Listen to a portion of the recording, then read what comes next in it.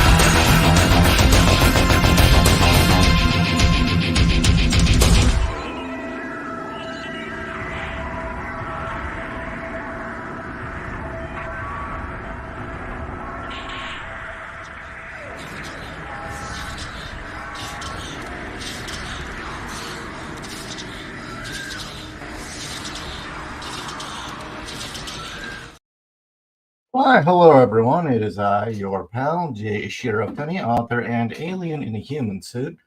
Got a little centered here on camera. And, I don't know, what should I... You know what? Today's show is brought to you by the best damn pop culture book you'll ever read. Boobs of Steel. Seriously. Part 1, Decoding the Amazon. A complete and thorough history of the Amazonian archetype in our mythology, culture, and reality. Trust me, you'll enjoy this. And if you don't realize just how much you need Boobs of Steel, there's a link in the description so you can go check it out. And review it, because it needs more reviews. It is sold too damn well not to have more reviews. The number of books I've sold should have more than 30 reviews posted, damn it. Typically, when a book sells that well, it gets more than 30 fucking reviews. What is it? Is Amazon working in the shadows against me, or are there just people afraid to post that they actually love this book? Or I don't know, maybe just people are lazy. Ah, fuck it. All right. When can we expect Boobs of Steel Part 2 and 3? Well, hopefully later this year, Part 2 will be coming out. I'm aiming for this summer, maybe a little bit earlier. I'd like a little sooner, but my own personal pair of Boobs of Steel. My wife and editor says, wait a little longer. She wants more time for it to sell.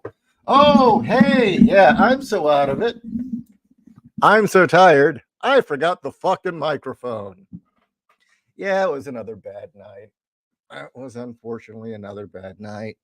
Went to bed at a reasonable time, woke up at about 2 a.m, found myself banging my head against the door, wanting to go to sleep at 7 a.m. when I don't know, I woke up at sometime around 2, I think, and the insomnia was really, really bad. I mean, really, really bad. I don't know. Summer of Boobs. Sweet. Hey, boobs are always good in summer. And, interestingly enough, doing these X-Men shows, the Generation X-Men with Janelle and Kronk, our reviewing of the Inferno Saga really, really caused me to rethink a few things. When I was doing the first book, I read the Phoenix Saga to possibly do a chapter on the Dark Goddess archetype. And while, the Phoenix Saga is the one that always gets all the credit, and it does even directly quote Carl Jung a few times, I don't know, it just didn't really seem to nail what I was trying to communicate. It really didn't capture what I wanted. Rereading the Inferno Saga, really, that is the story that we all should be talking about, because it really is the embodiment of the Dark Goddess, the all-consuming mother. And why?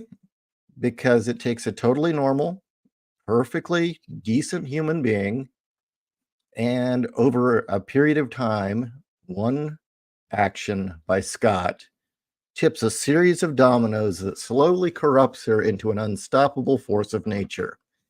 And it draws upon so much symbolism. I'm going to bring this up on the show on Wednesday, but Kat and I were going over it, and we suddenly realized this is Jason and Medea. No, not the Tyler Perry movies, the Greek mythology. And for those not aware of the story of Jason and Medea, it's where the line comes from.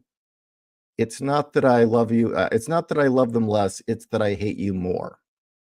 And I'll leave it at that. I'll talk about it this Wednesday.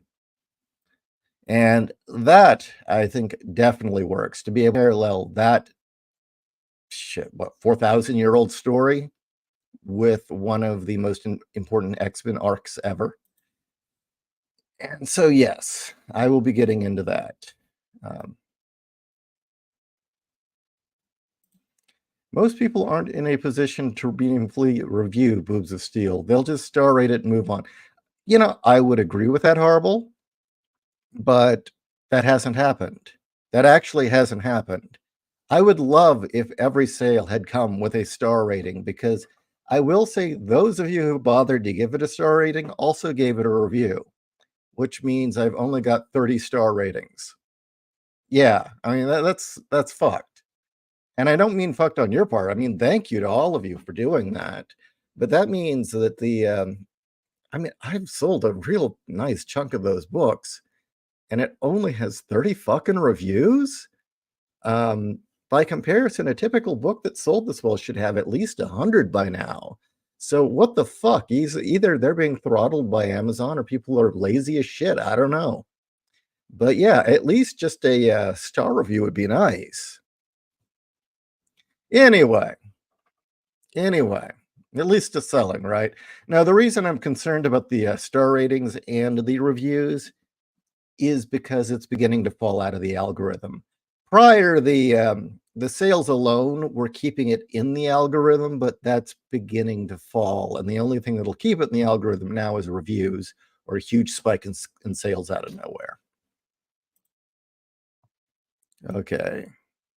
Did anyone feel the earthquake in Cali last night? Wolf asks.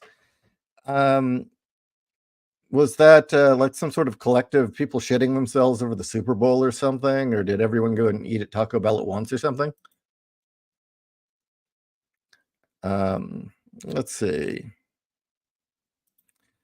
Wolf, we'll be talking about the animated series. Oh, nice. Very nice. The animated series did a pretty good job of recapping a lot of it. Did they ever get into the Inferno Saga? Yeah, I know you reviewed it, William Sova. You rock. Okay. And Ironcast. Yeah, most of you, I think, here in the chat have reviewed it, and I appreciate it. Okay. So, number of you caught the show last night where it was Roltz, Kat, and I on Pete Sameti's show, which was a hell of a lot of fun. Went in a direction I totally didn't expect. A lot more serious than I thought. But man, there was a guy in the chat who I think he called himself Shrek or something like that. Who was an engineer who really, really didn't like us bringing up the fact that science has turned into scientism and that there is kind of a universal failure right now within the sciences because of it, and did not really like my comment that simulation theory was just creationism for atheists and that it was a God of the gaps argument where anytime science couldn't explain anything, they'd just shout simulation theory. This would really piss him off.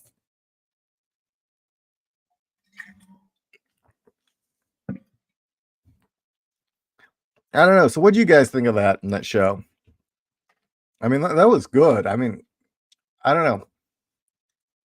Not used to Raltz being so subdued, but yeah, he's been busy. He was tired. Okay. Well, if he was a good sport about it, somewhat.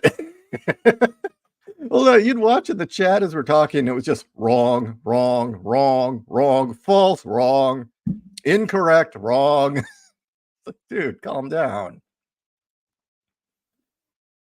Which is kind of weird that he was taking it so seriously because, it's like Samedi is kind of a true believer with a lot of that stuff. I mean, like Bigfoot, hardcore believer, UFOs, even some of the more wacky stuff that I wouldn't take serious, like Skinwalker Ranch. From what I recall, he takes quite a bit of it very seriously, which is not a criticism at all. I mean, we come from all stripes, but I thought it was kind of weird that someone that was so hardcore scientism would be listening. But no, Samedi's a cool guy. I like hanging out with him. Ironcast. I was only half listening since I played Pal World with friends. What was interesting, fun listening to you talk on weird stuff. Yeah, there was what we were talking about is a guy in the chat making comments, but I don't know what Pal World is.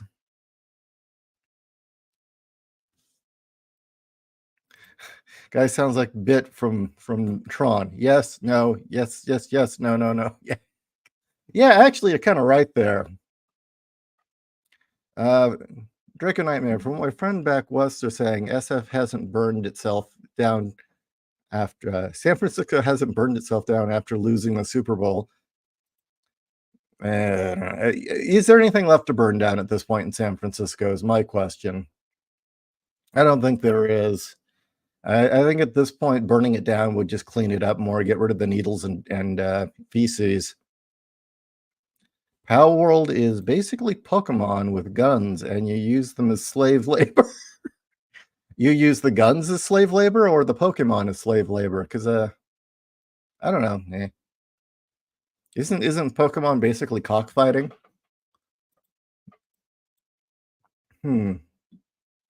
I don't know. Give me a topic. I don't know. I don't know. Fuck all about the Super Bowl.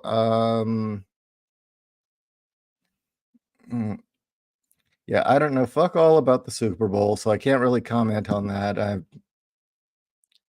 don't really. I don't know.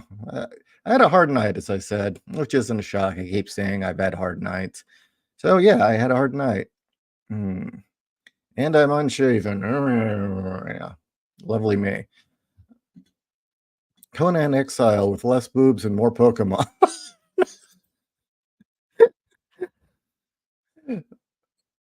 I don't know. Add more boobs. That sounds good to me.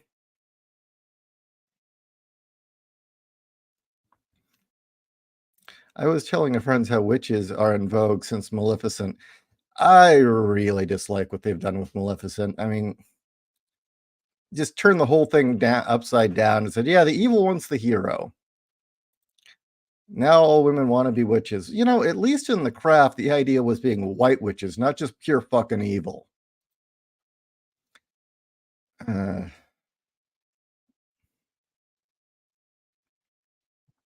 If witches are a female fantasy, mad scientists are a very male fantasy. Very true, Bromando. I would agree with that.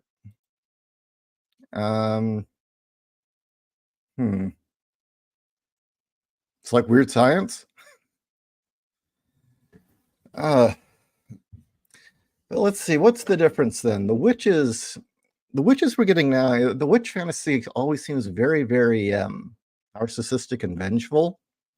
Whereas the mad scientist is the dabbling in forbidden arts, playing God, attempting to improve upon the master's design, tampering in God's domain.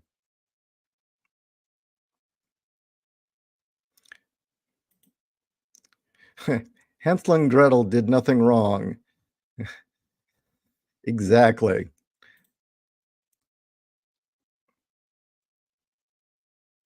Female fantasy, witches, male fantasy. A Chad witch hunter general. I like that. That sounds good. No, seriously, I'm in need of a topic here. I just kind of popped on air because I'm not yet awake enough to write things, to put words down on the word processor. Yeah, maybe more monsters in need.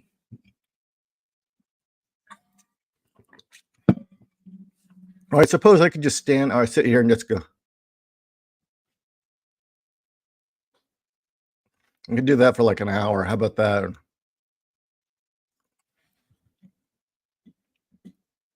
What do I think of isekai anime? Name a few. You know, I'm so unplugged from modern anime at this point. I don't know if I name a few first.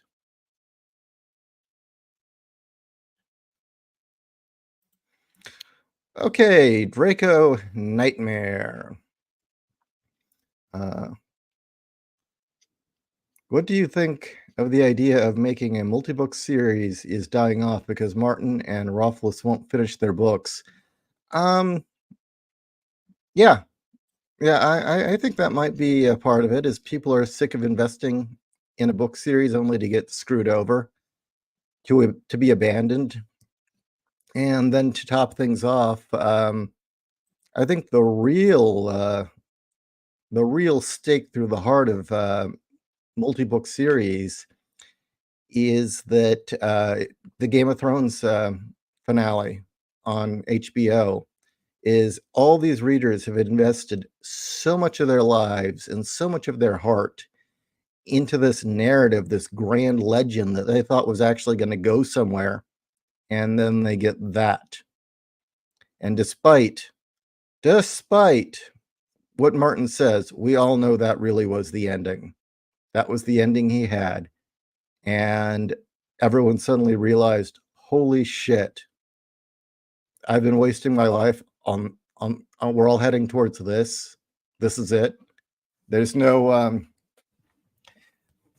Luke redeeming his father. There's no Conan getting his revenge. There's I don't know, I forget what's the ending of Lion, the Witch, and the Wardrobe. Dorothy doesn't get to return home and see her family once again. You go down your list. I mean, there are things we want from our legends. And I mean, even as a tragedy, it isn't good. It even fails on that regard. It failed as a tragedy. So, I mean, because if you want a tragedy, Paul Atreides brings order to Arrakis, brings the Empire into alignment, and brings it to heel. And he is this great and powerful leader. And then he realizes, oh shit, I've become the thing I was opposing. And then just walks out into the desert to fade away because he realizes he failed and that his presence is more detrimental than good. That's a tragedy. That is a good tragedy. But Game of Thrones?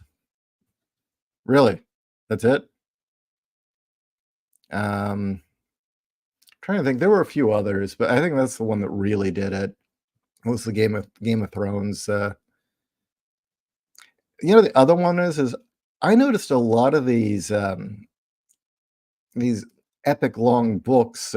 Like there are so many sci-fi epics out there being written. It's the same story over and over and over and over again. I forget which one it was, but like one guy's book was, God, I can't even get comfortable right now. Was every book basically was, it's impossible to do. We have one choice: ram the ship into the enemy. By book 4, it's like, I don't give a shit anymore. You've pulled this trick too many times. I don't care.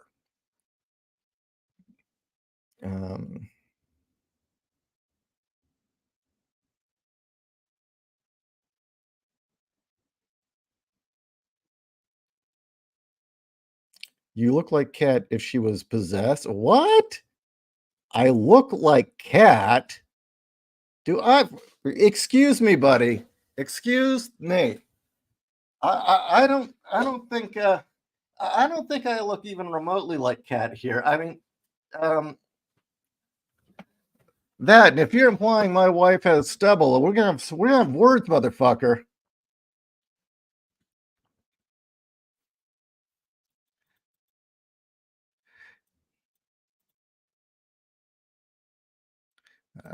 Okay. We need more cute girls with huge swords. I'm okay with that. That's my goal for the day. How about for your life? That's a good life goal, in fact. And imagine a girl with a sweetheart swinging a dragon slayer like it was nothing, killing orcs like they were flies. Perfectly okay with that, but she does need to come up against adversity, or then she becomes a Mary Sue, and that gets boring.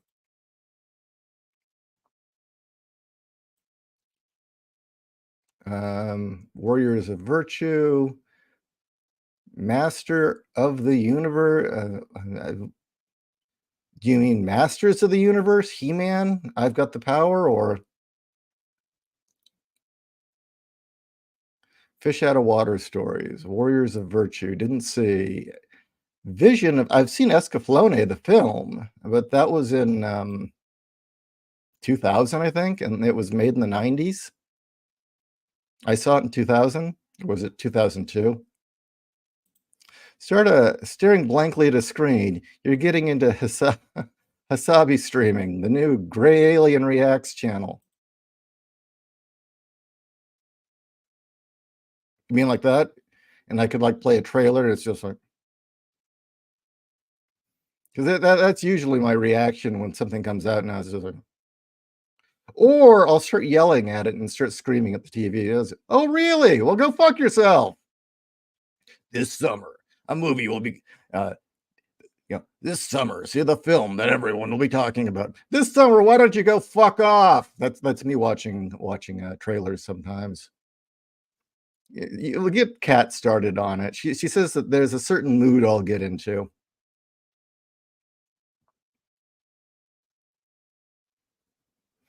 Master, uh, seen the Wicked Taylor? No. What do you think about R.R. Martin not finishing his books, or why he hasn't finished? Oh, we've gone on at length about that on other shows. Raltz has had a great rant on that about why he thinks it's not done. So I don't know. I would say he hasn't finished because he didn't really enjoy writing the books. He had lost interest in the series years ago. It was only because it was money, and he was kept going off the beaten path to amuse himself. And that finally, once he saw what people thought of his ending, he just said, "Screw it." And you know what? I don't like Martin. He's a dipshit. Fuck him. You know, the woke people all fucking hated him, and he went and kissed their fucking asses so much. He played their game and bent over and took it in the ass and became one of them because it got him ahead.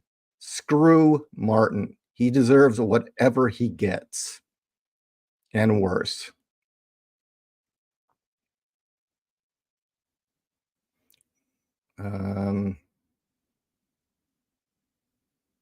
Let's see. We know what end should have been. Jon Snow's king, simple instead of Bran. Budget Sauron. Yeah, exactly. Popped up. Yeah, it's just, who cares? If you're going to have evil win, it better have some resonance. It really better have meaning, not just, ha ha, surprise you, I subvert expectations.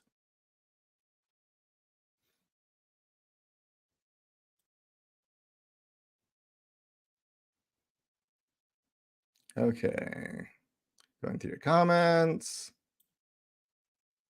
It's discouraging to hear this because I'm writing a series. While mine are novellas and not full novels, it sucks that I may not get the audience I'm looking for. No, I think novellas are the way to go. I think a lot of people are beginning to enjoy novellas because they're novels with the fat cut out, and a lot of the length of the novel for a long time had been strictly governed by the fact that how was it?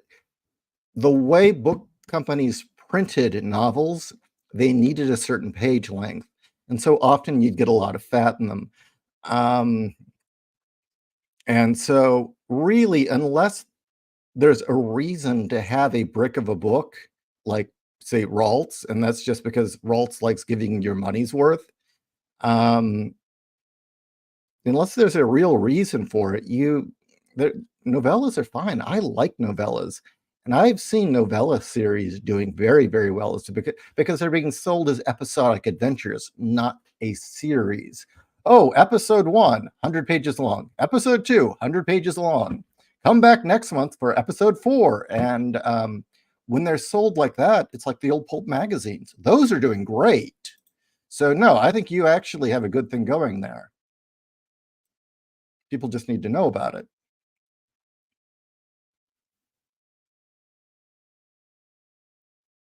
Another fantasy women are into is vampires. Yeah. It's when you stare into the screen, man. Oh, I look like I'm possessed by Cat when I stare into the screen. Okay, yeah, let's see. What would the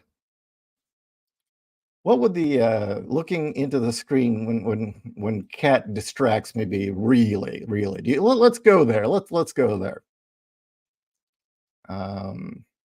Let's see if I can find an appropriate picture here for it's still in memory.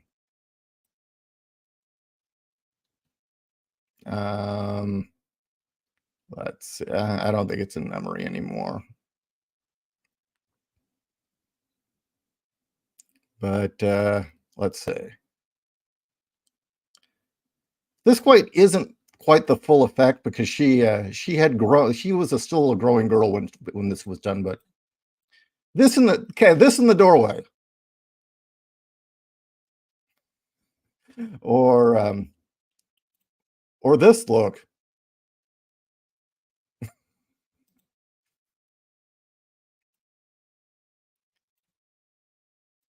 Let's see.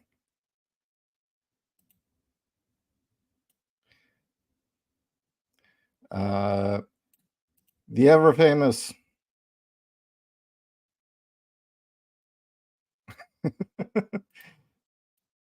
And then finally, the yes, honey, let's go to the bedroom right now. This looks great. This is an old picture done, actually. I had Marthias Wade draw this, and it was nice, friendly cat versus cat's had enough shit for the day. Cat's pissed off. We need more art like this, actually. I think I need more of these.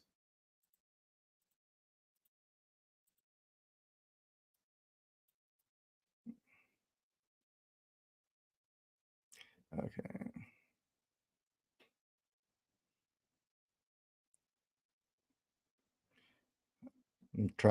Why did the chat get all screwed up? William Sova, American culture needs to remember the virtues of short fiction and stop buying big books full of filler that can be used as self-defense weapons as well. Agreed. Thoroughly agreed.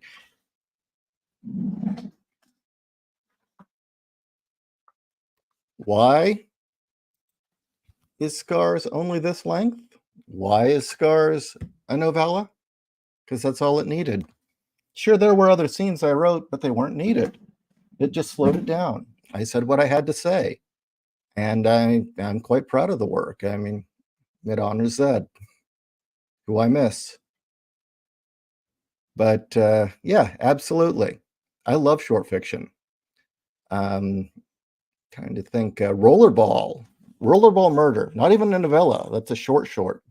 Great story. Really good story. Very short. Boy and His Dog. Great story. Novella. Trying to think of what would be Burning Chrome. Great story. Novella. It really is novella length. Trying to think of a few others off the top of my head. Clockwork Orange. Novella. You don't need to have a book to be a good writer. By the way, Toeldi, if you haven't read A Clockwork Orange, I would like you to read it and get your take on it. It was one of those books that kind of changed my point of view. It was one of those books that affected me as an author.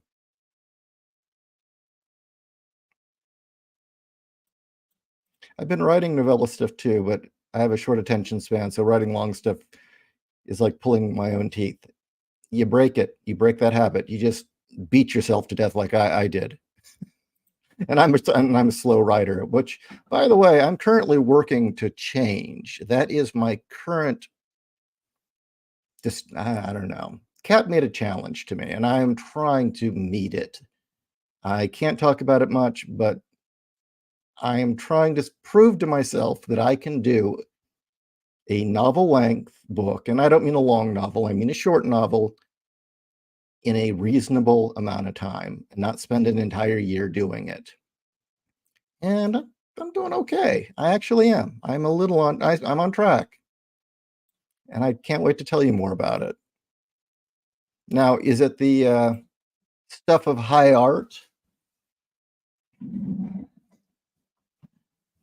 Is it the literature of scars? It'll change your life and reach into your heart and squeeze and twist, and then at the end, after walking through the crucibles, feel like you've grown as a person and feel like I don't know, you know a little bit more about yourself and you know a little bit more about other people, and you come to understand life a little better? No, what I'm writing right now is nothing near that level of good. But it's just supposed to be entertaining. And that's what I'm working on right now. And I do not want to say any more. Or if I fail, you will never hear about it. God, Dark Phoenix Cat is best cat. You want me to put that back up? It's an old one I did of her.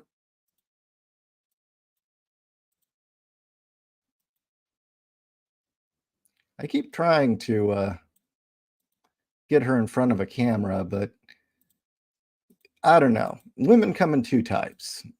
Either there are the women who love the camera and can't get enough of it, and the women who are like, get that out of my face. And I would have to say Cat's definitely the don't take pictures of me variety. But yeah, Cat is the Dark Phoenix, essentially. So now we need one of Cat of the Goblin Queen.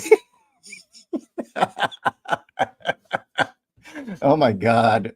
I don't know. I don't think Cat, I think if we tried to put Cat in the Goblin Queen outfit, she'd kill it. I mean, it wouldn't survive. It wouldn't last more than a few seconds. I think Thine Mighty Rack would probably shred that thing to bits.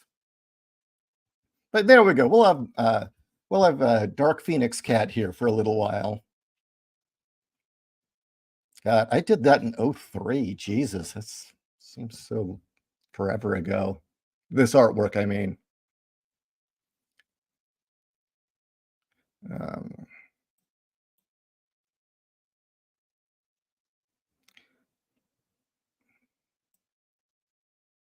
Another one that's a novella that I felt was really good, and her best book was Ayn Rand's Anthem.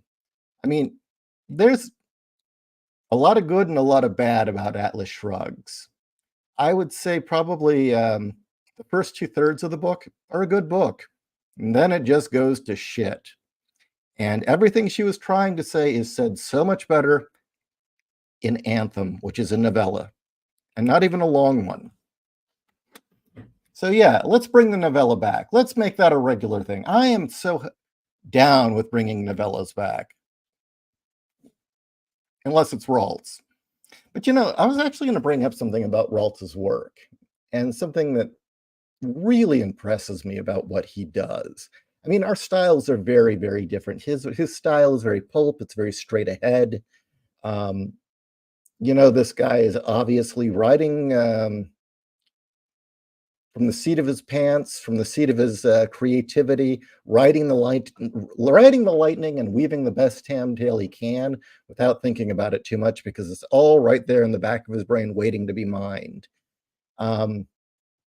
And my style of writing, it's, I don't know, what would you say, almost Gibson-esque in its deliberateness. I try to put poetry and music to it. I've got this sort of cross between Gibson's verbose, high-tech poetry, or hyper, God, what was it? Hyper, they didn't call it hyper-realism. Was it hyper overstimulation of imagery, and then hard, punchy noir staccato writing? So and I write slower. I write a lot slower, and I'm trying to change that. So I can't even begin to compare the two. But one of the things I love about Raltz's style is with his Behold Humanity series. And I don't think he even did this deliberately, but you can almost pick up any one of his books, turn to any one of those stories, and it will function on its own as a short story. I envy that. That is cool. That there is something to be said about that ability. Max ain't no freeloader. I had a horse, the camera horse or the camera mule.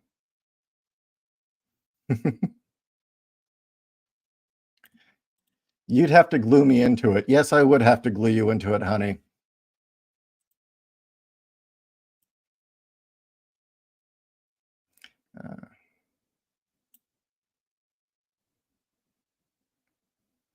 Textile sciences aren't advanced. I am limited by the technology of my time. Hey, Kat, do you want me to take this down? I know you don't really care for this picture because your boobage is about to destroy the top you're wearing. So if you say so, I'll put a different picture up. But they were all commenting how much they like this. Oh, you disagree? You would say it's up until Act 4 Atlas Shrugged works, but it's the fifth act that kills it.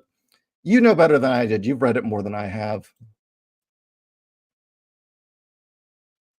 Yes, Anthem is, I think, a book everybody needs to read right now by Ayn Rand. You want to understand where people like the World Economic Forum and the Democrats would take us, it's there. And that is everything wrong with communism and collectivism.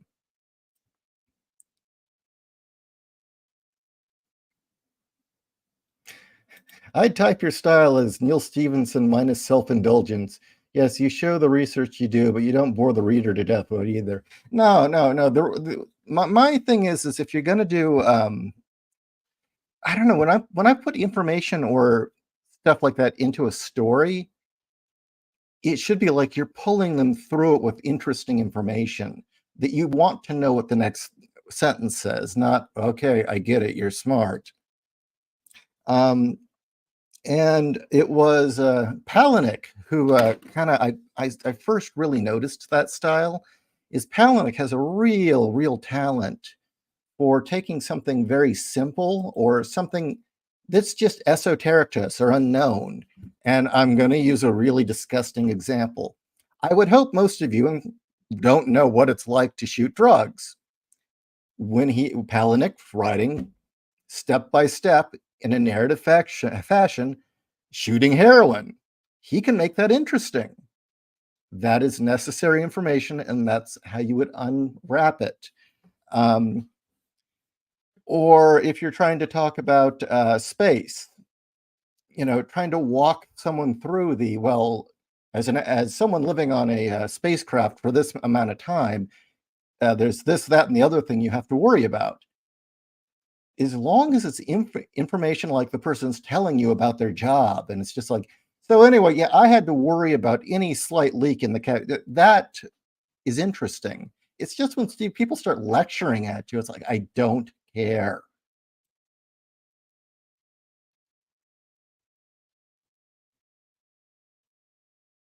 Um,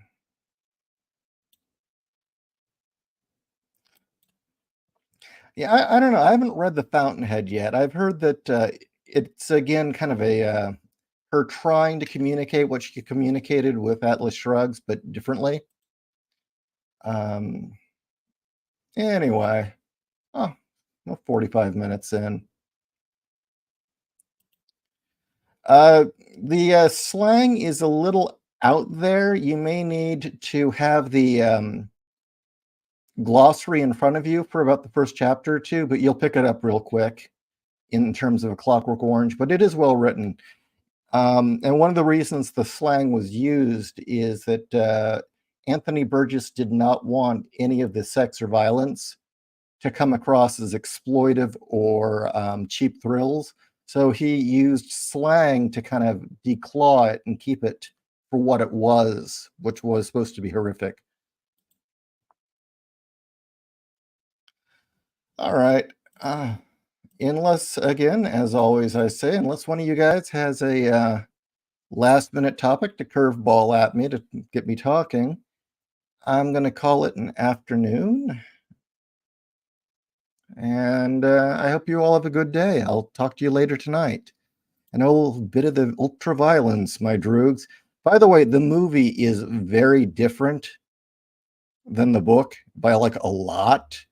And the meaning and the moral of the story of the movie is way different than the book. Will we ever get lightsabers? I'll have to think about that. All right. Have a good afternoon.